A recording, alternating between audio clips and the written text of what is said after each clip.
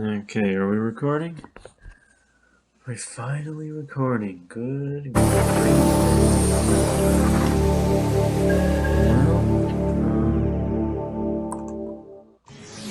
I tried to test out like a new method for recording this audio track, and after installing a bunch of stuff on my computer that seemed kind of sketch. Oh, check out that Gamebryo logo, by the way. Bottom right corner there. That's the same engine. That's the basis for the same engine that they used in the best-selling video game, Fallout 76. You may have heard of it, being so renowned for running really well, being stable, just really an excellent game that was well optimized and well built. No bugs in it at all, completely bug free, you know.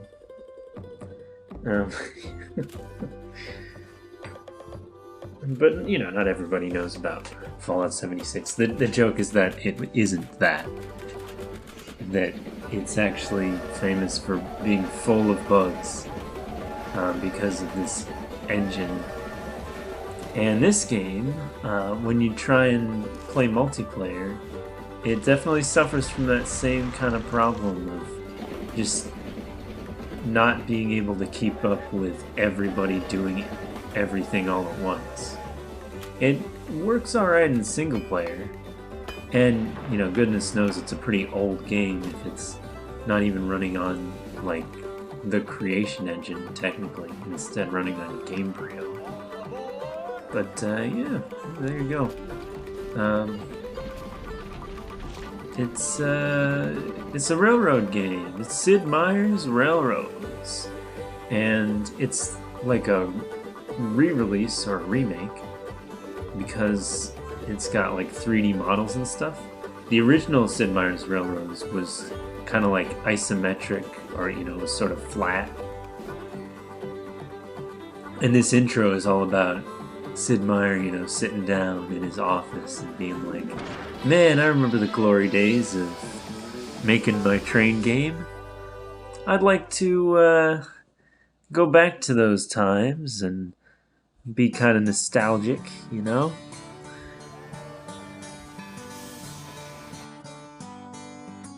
I really love the music in this thing. This is nostalgic for me, you know, this game was already probably pretty old when I originally played it, or watched my dad play it, because he had a Windows computer. It was a very upstairs downstairs kind of thing going on at my house.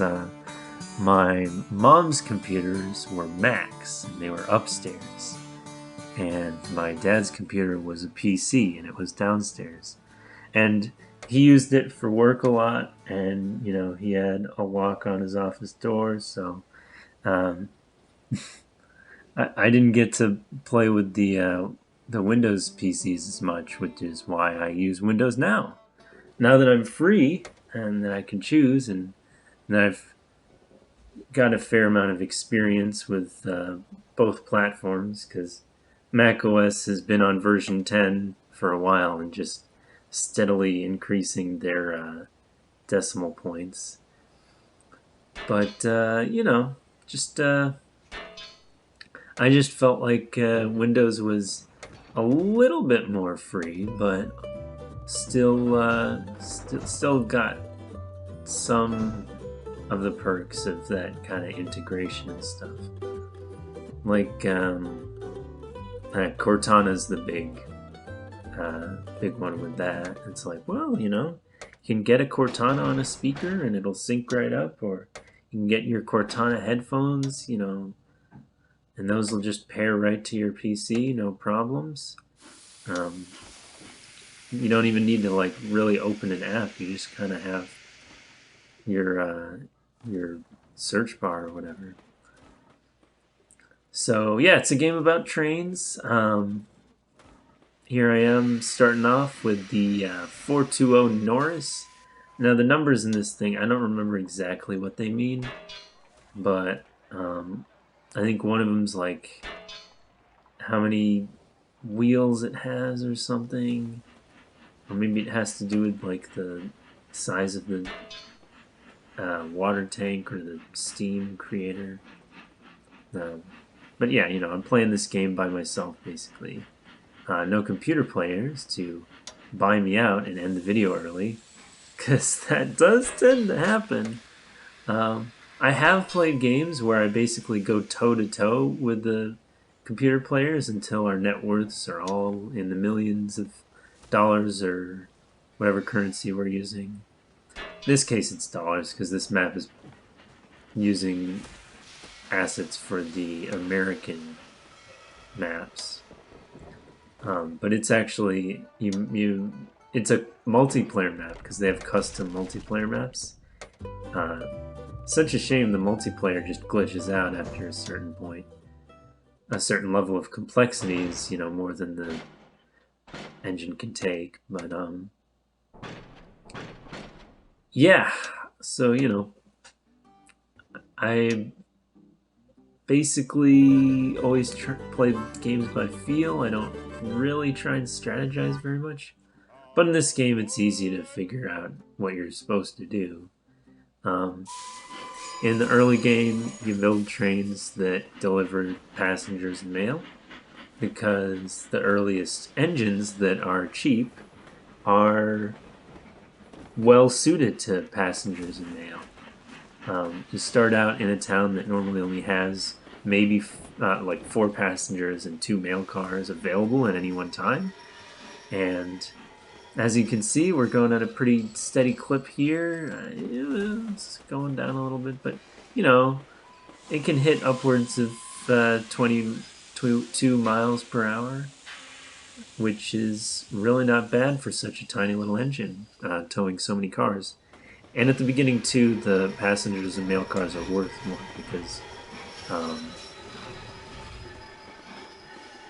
they basically haven't been bought and sold yet, or the cars haven't been delivered at all. So the value is higher because once you start delivering a lot of mail to places, they might start to expect you to charge less for it. Yeah, so one of the benefits of playing with nobody else is that you can start auctions and guarantee that you'll win.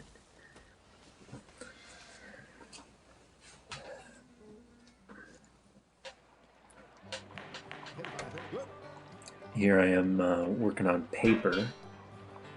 So there's a town out here that demands paper, and my starter town has the paper mill. So, my goal basically in this playthrough is to set up the supply chain for that. And the first step is already done. Over there, you can see one of the first things I did was start hauling the lumber into the town. And the next thing I did was buy the paper mill so I can make money when it creates paper. And then kind of the last step of that is, I suppose I should say that there's another supply chain that I'm going to set up later in this video that is much more profitable and much cooler than supplying a newspaper with with newspaper. What do they call that? Newsprint? Paper? Supplying newspaper with paper? Newsprint? Yeah. So at this point I've got another town on my network here, so I can start to expand out my passenger train. And and the other thing you get are patent auctions where you can guarantee little bonuses without having to outbid anybody, except your own debt, which is what I'm trying to do here.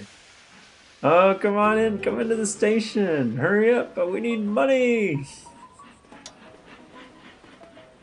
Yeah, so $21,000 just for delivering one car of passengers. Look at that. That's a pretty significant profit. But I don't know. I really like this game, and I have fond memories of it. Just of playing it, and it's like a perennial evergreen kind of a game too, because I can always go back and just immerse myself in this railroads world for as long as I desire. And in this case, I woke up pretty early this morning, um, pretty unintentionally, and I was like, well, I could go back to bed, or I could play railroads for a bit and have some footage to work with tonight when I get into editing.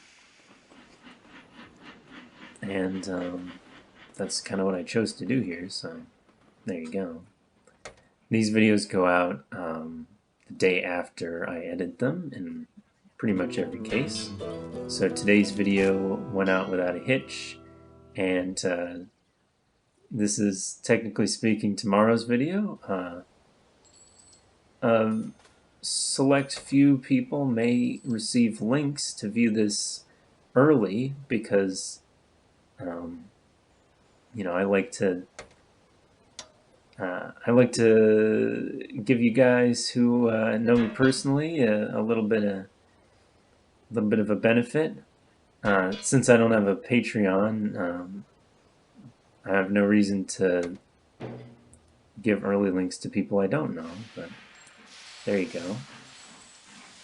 Also, sometimes it takes a long time to process these videos or to upload them, especially the 4K. 4K footage is just a mess. You can't edit it in anything that's, you know, free that came with my devices or software, but 1080p is editable and everything.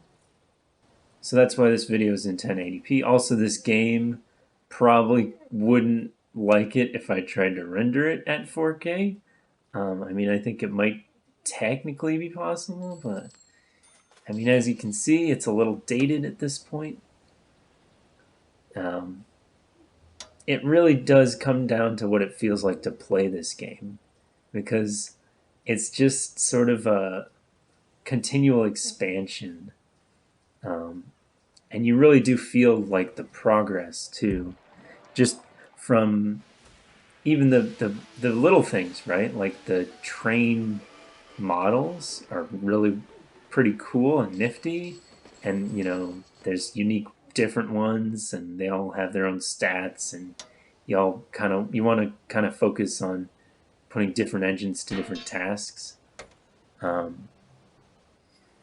The Norris is like one of my favorites as a starter. The Grasshopper is the train that's even worse than the Norris, and it's really not worth it at all.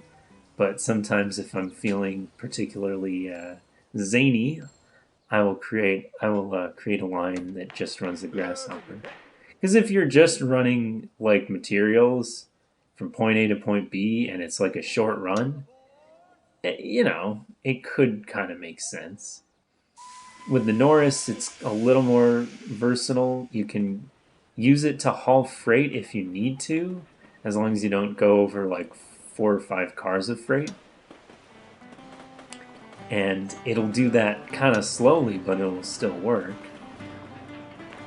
And, you know, there's the Mogul, which came out a while back, and that one is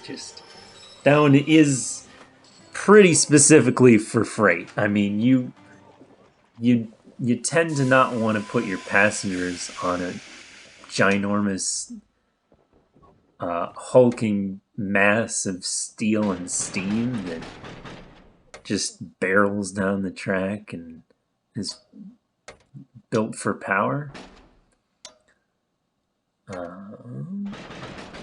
What am I up to now? Okay, so now we come to yeah, so remember what I said about forget what I said about the only hauling 4 cars of freight. I'm about to break my rule there. And and basically just while I'm at it, I'm actually doing 2 supply runs, because there's also lumber over there, so I can make manufactured goods like furniture or whatever, benches. I can make those porch benches, you know, that hang from chains, little bench swings. Or I can make perfectly functional wooden blocks that are usable as like a table or a chair or a theater prop, you know. Um, but yeah, this game's got glitches. As you can see, these 2 trains are stuck staring each other down, so I'm just gonna scrap one of them and redo it, because I've seen this happen before.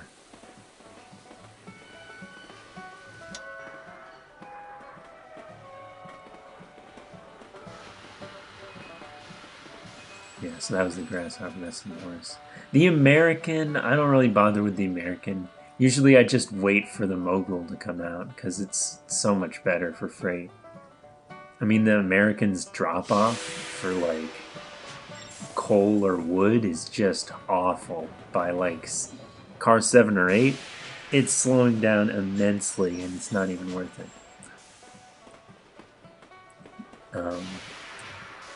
But yeah, so you know what I like to do, as you can see, you build up a little stockpile of your secondary material. You fill a train up to bursting with it, and you just send it on its way. And in this case, yeah, I kind of broke my own rule, my own advice again, because I had it haul some passengers on the way back. I used to not even bother with the passengers, but I heard from my dad and my brother that you actually do want to use them to kind of make some stable money. The thing about like goods is that the game will give you headlines or whatever that raise or lower the value of them. You know, all of a sudden it'll be like, UFO sightings and crop circles mean that grain isn't selling as well because farmers don't want spacemen touching their Wheaties or bread or flour or whatever. And so then that ginormous investment that I just made into, you know, carting the grain from the farm to the granary and then sending the food off to my other city, it starts to suffer a little bit. It makes a little bit less money, and then where would I be, right? In this case, I just sold all my shares of stock because nobody else is playing to buy my stock, which is it's playing the game on easy mode basically. I just kind of want to show you how it works.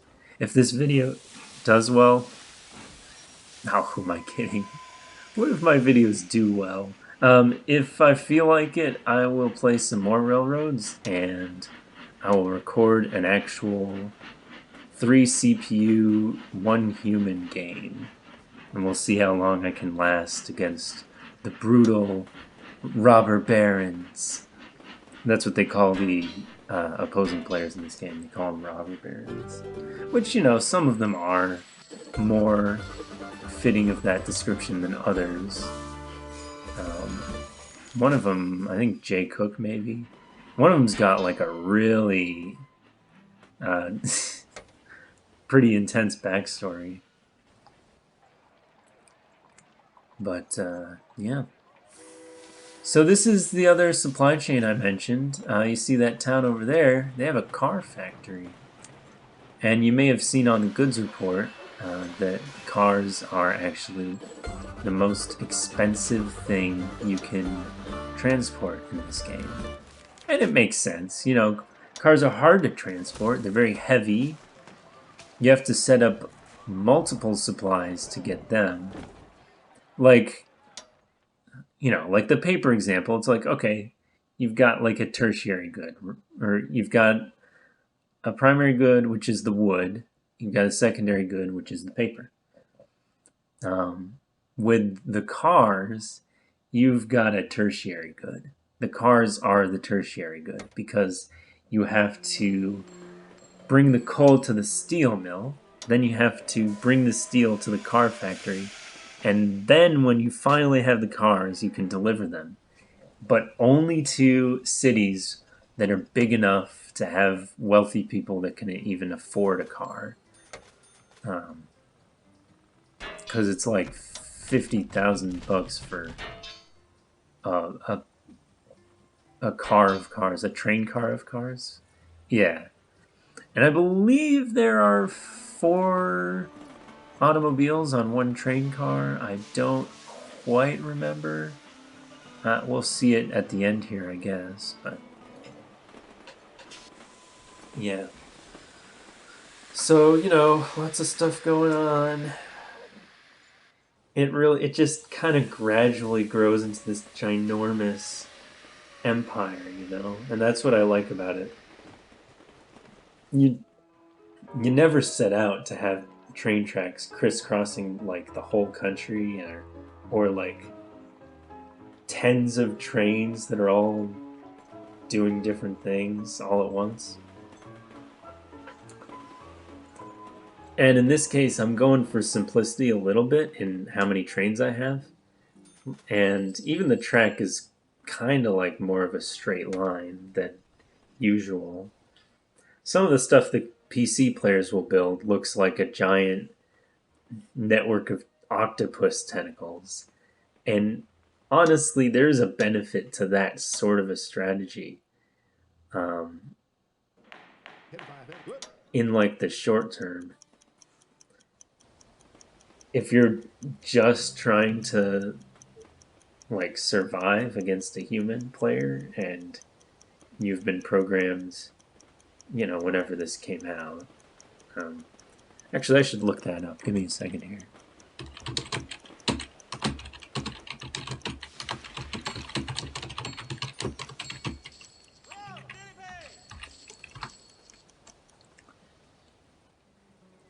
2006. October 17th, 2006. That's... How many years ago is that? 4 to 10, 11. So 15? 15 years? It's been 15 years since this game came out. Like, we've gotten so much better at programming robots since then. Or especially software bots. Like the kind you play against in a game like this. If they wanted to, they could make the computer player unbeatable. Or they could even set up a bunch of AIs all playing against each other with like neural networks and stuff in order to create the best possible basically in order to solve this game, come up with the unbeatable strategy. And there's a lot of variables to it. I mean, it would not exactly be the easiest thing. I mean, especially compared to like beating Go or chess. Like, those games only have so many variables, but this has just a mind-boggling increase in variables. Like, where all the cities are can change from map to map, and so building like the most efficient route is in one map does not necessarily translate to the other. The topography can change the cost of building stuff. Like, building a tunnel like that costs a lot of money, but you could also like try and build around the mountain, or you can try and get a bridge through it, kind of around it. Like, do you want to just try and get the regular track to glitch, across the land or whatever? Boy, that just, yeah, I don't know. But it's like, within reason, like it's possible. even the kind of smoke and mirrors stuff, like an amiibo, like you could probably use the same kind of strategy they used with amiibo. Amiibos were like PC or like computer players in Super Smash Bros. That are supposed to get smarter over time as they like level up.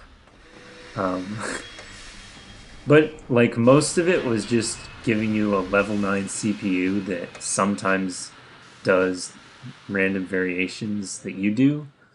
Like it learns by watching you play, basically.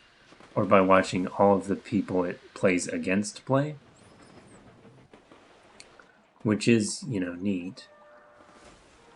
And I think you could probably do a similar thing here. You would just have to fix the game so that it could handle 4 people, and then the rest is easy.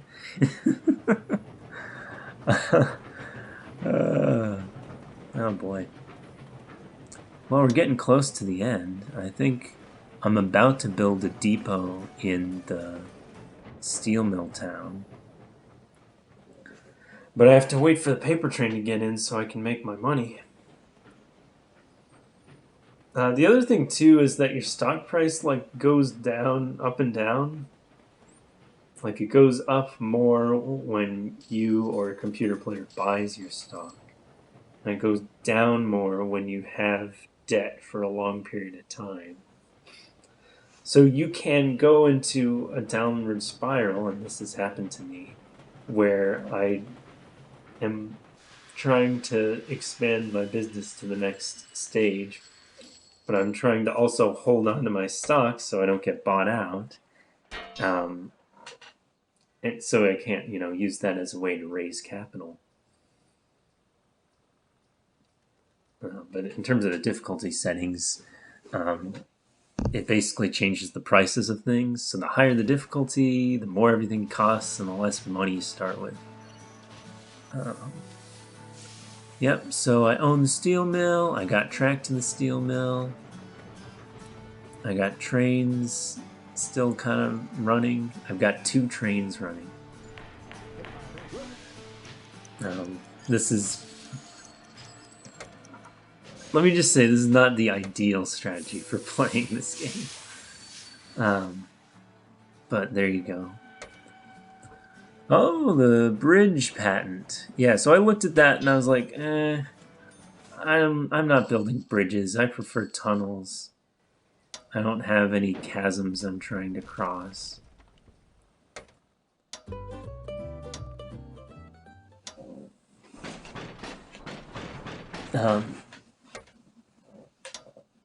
Yeah, we're almost there, man. So there's the depot. The other thing, too, is you can upgrade your depot. Like, you might have seen that I have a station in one of my other towns because I want to load and unload the passengers and goods quicker. If you have a lot of traffic coming in and out of one town... Yeah, so see, here's the setup for it.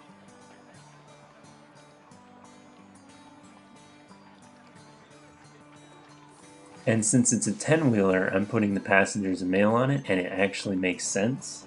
The 10-wheeler is much faster as a passenger train than it is as a freight train.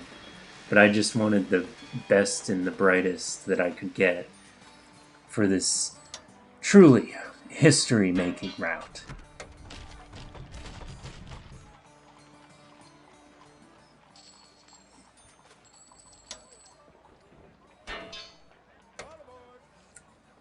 And at this point, I look at Batesville and I'm like, oh shoot, I need double track through there. But I don't have enough money.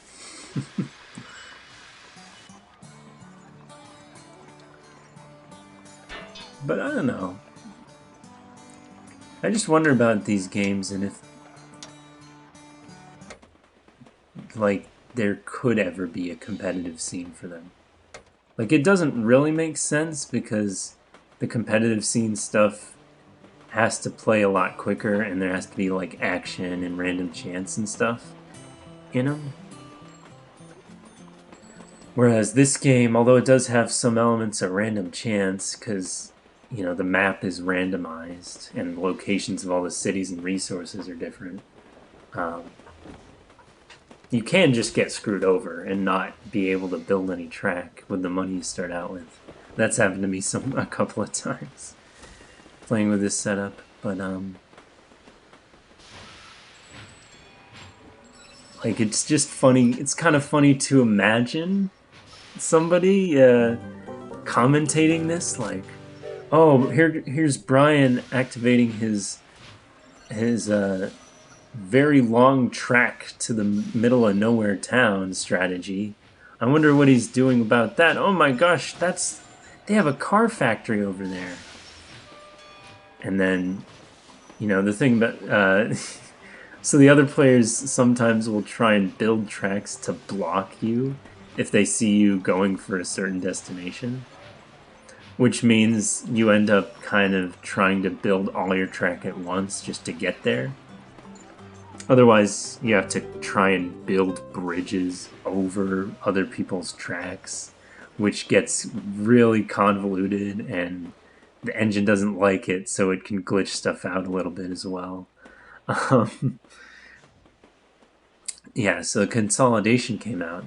Now there's like a really solid freight train. That one goes for a long time. Really, I should have just waited for the Consolidation to come out and for me to have more money to actually do this, but I was kind of in a rush.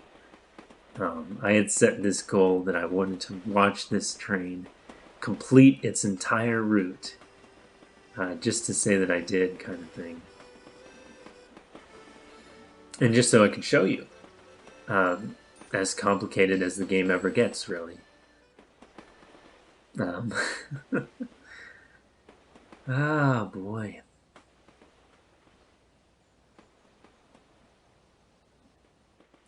And the game is full of music, too. Like, all the towns, when your train goes through the town, they'll have a different song playing. It's not exactly like a realistic sim. I mean, you can see the months passing every couple of seconds. Like, now it's June. Now it's July. The trains don't really take that long to go anywhere. At least not at this speed. Oh, the scale is all weird anyway. But, yeah, you know, it's about like the idealized version of what building a railroad empire would look like. At least, you know, at least in the sandbox mode or in the creative mode, as I've dubbed this sort of a setup.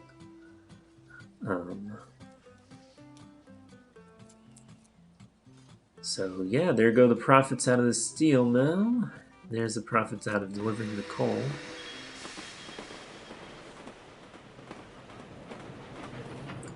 It's just much more convenient to have stuff coming in and out of a terminal than like a depot. Your trains are just in and out of there, quick as you like. In some cases, that doesn't really matter, and it could actually be beneficial if you're wanting the train to load up more goods and you're like trying to wait out the extra units. And there's a couple of steel units going there. I don't think I actually sold any cars in this one, actually. How much do we have left anyway? Yeah, not enough time to do that. Well, shoot. I guess I'll have to do another video this right away so that I can show you what the train cars of automobiles look like. And, you know, it's not completely the same depending on the map. Like, if you play in Europe, then it's not cars, it's like weapons, because the time period is right around like World War One, towards the end of it, so it kind of makes sense. Or the grain can turn into beer if you play in Germany, so you know that's kind of neat.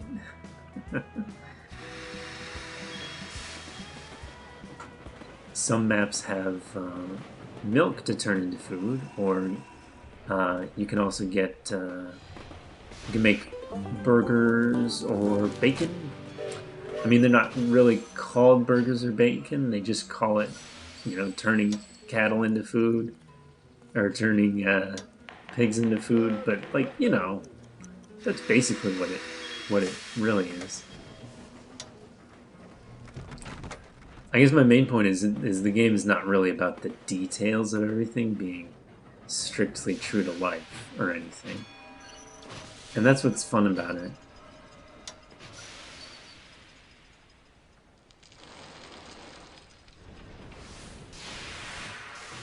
So yeah, made it back to the colliery, colliery, colliery, colliery. I don't know. Oh, one thing I forgot to mention is nicknaming the trains. That's always a fun thing. If they set any speed records.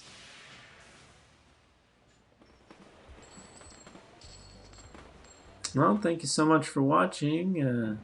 Stay tuned for uh, the rest of the videos as long as I am able to keep making them.